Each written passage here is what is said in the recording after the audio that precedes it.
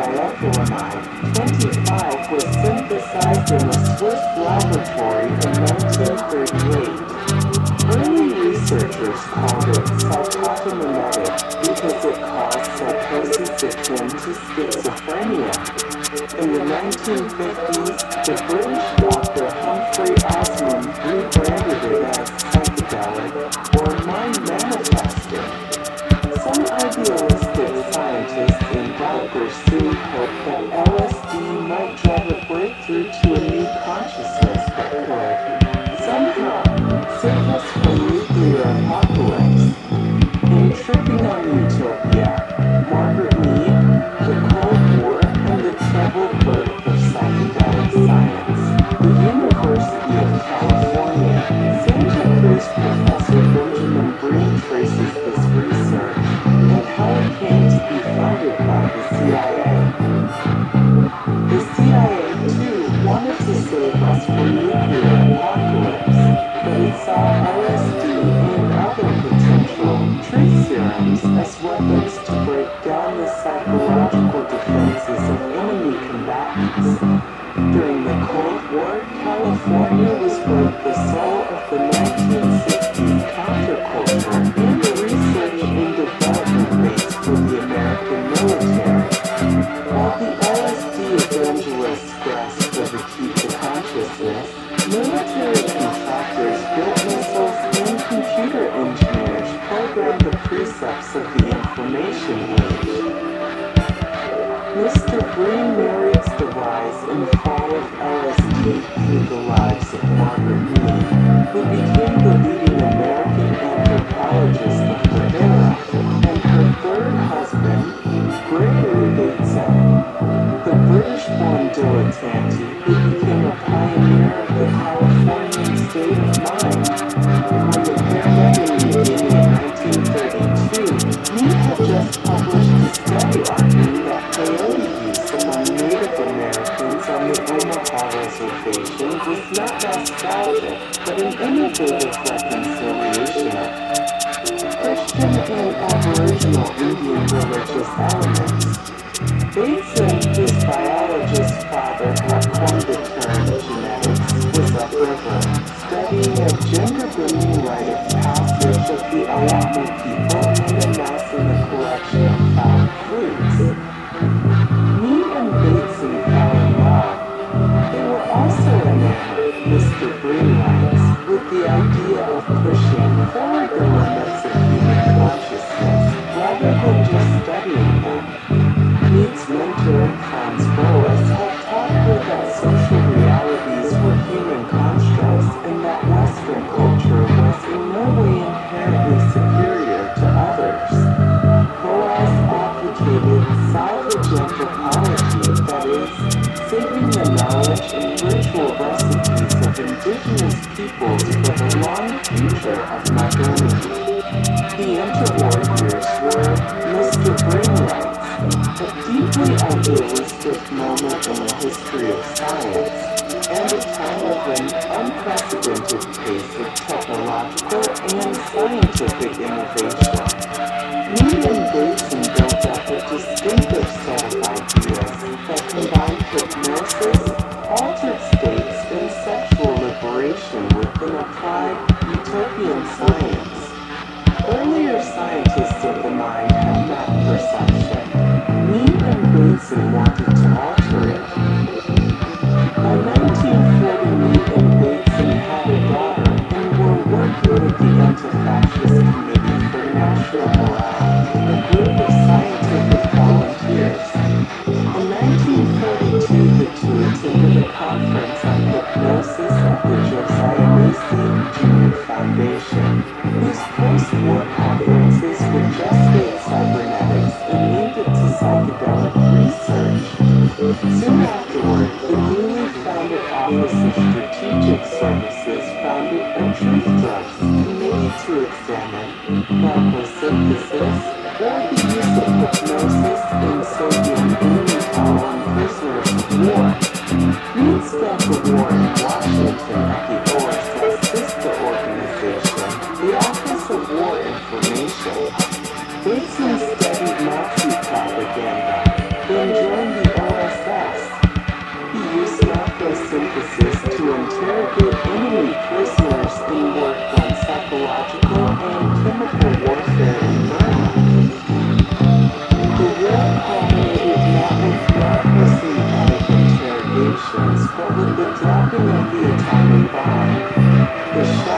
directed Mead and Bateson's thinking back toward pacifism and forward toward utopia.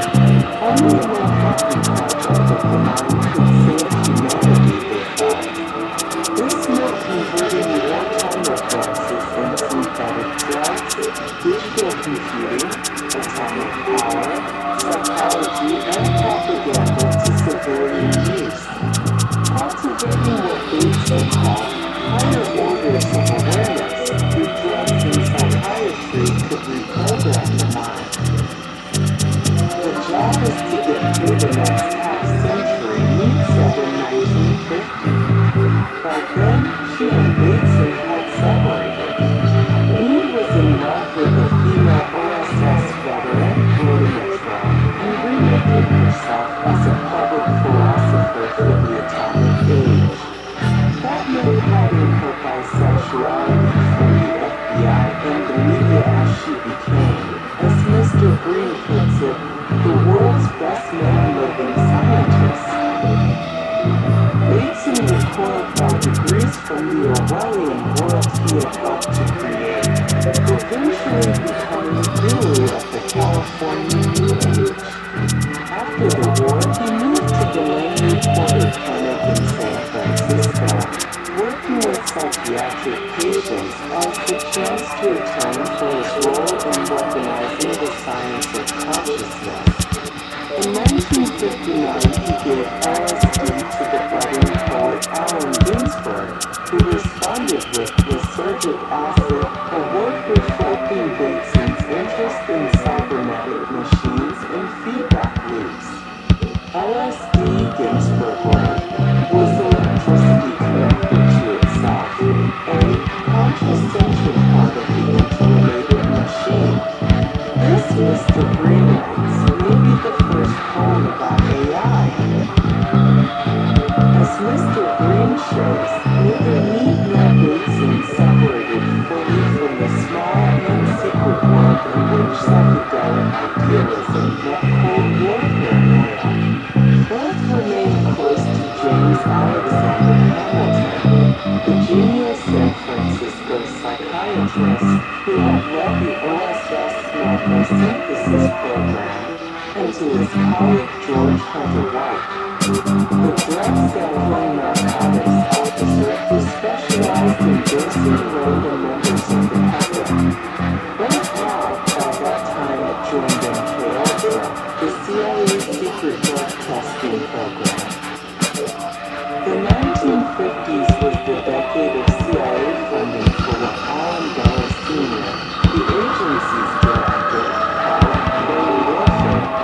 The money, Mr. Green writes, turned the Macy Foundation into what intelligence professionals call a cutout, a public-facing organization that serves as a conduit for covert money, information, and expertise. Mead remained, in the author's judgment, surprisingly close to the still mysterious inner core of Cold War drug research. He concludes that she likely contributed in some way to MKUltra, one of the 20th century's most infamous abuses of medical research ethics. Mr. Green handles his complex and frequently bizarre material with skill and sobriety. He marshals a convincing mass of circumstantial evidence as well as documentary fragments that survive the destruction of MKUltra records. Mead was, for instance, still on friendly terms with Hamilton and White when they rigged an apartment in San Francisco's Marina District with microphones and a two-way mirror, then drugged unsuspecting victims with LSD. More significantly, she advised Harold Abramson, the Macy stalwart who gave LSD to his Siamese fighting fish. In 1954, when, Mr. Green writes, Mead made studying LSD something close to her full-time job, she observed Abramson's MKUltra LSD tests and found them a very fertile research possibility. In 1954 and 1955, she worked alongside her lover, Latrell, at the CIA-funded Society for the Investigation of Human Ecology. Latrell later called me a realist who mastered the dark side of her vision. Bateson, Mr. Brain suggests, was an idealist who gradually realized that the dark side was in control of LSD research. The dream of liberation soon seemed to be fostering the wrong kind of narco-synthesis, the dystopian merger of drugs and government control of the sort that Aldous Huxley, another pioneer of psychedelics, had predicted in Brave New World. 1932. The scientists were too certain of their expertise, too slow on the uptake, and often too addled by the drugs. Ginsberg and his fellow beat writer William S. Burroughs had suspected the CIA from the start. Mead said she tried LSD but never did. Bateson didn't realize he had lost his way until 1965, when he was assisting John C. Lilly, who injected dolphins with LSD because he wanted them to learn English, and who shared the supplies with the cast of the television series. Flippant. For the 7 dolphins, Lilly recorded admitted suicide by refusing to eat or breathe. The chaos of LSD also derailed their kale trip. Like anthropologists gone native, the researchers were blowing their own minds. Bateson and his colleagues rationalized psychotic episodes and suicides among the experimenters and became convicts and proselytizers. LSD tests were broadcast on television and discussed in print. Claire Booth and Cary Grant made LSD a fashionable therapeutic. Harvard's Center for Research and Personality incubated Timothy Leary, the false messiah of the drug culture, and Richard Alpert, a.k.a. Ram Dass, the Hindu mystic. In 1966, Senator Robert F.